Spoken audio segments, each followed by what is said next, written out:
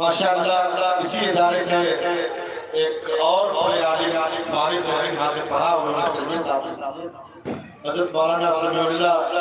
ندوی صاحب جو جامعہ حسان ابن ثابت کے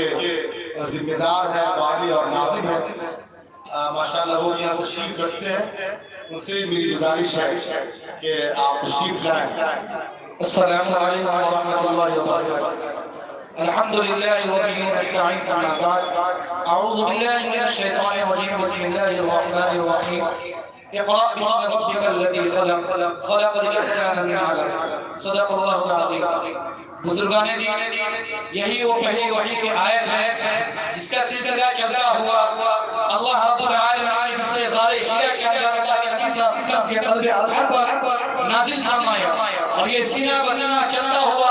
آج ہمارے لیے فخر کی بات ہے۔ ہمارے علاقے کے اندر دارالسلام سنوری، جہاں سے الحمدللہ ہم سے پہلے ہمارے عزیز دوست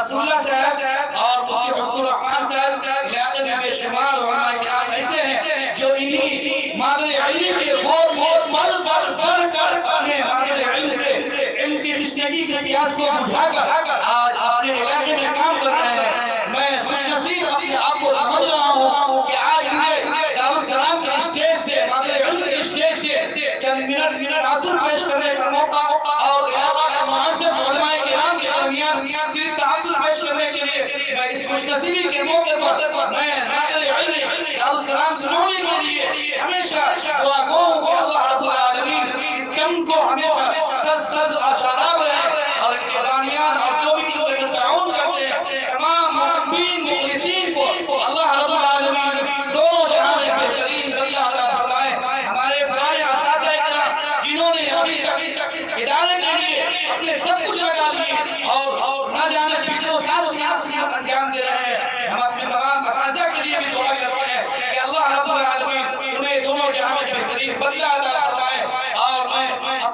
اپنے محبوب گرامی نامی ظفر رحمانی صاحب کا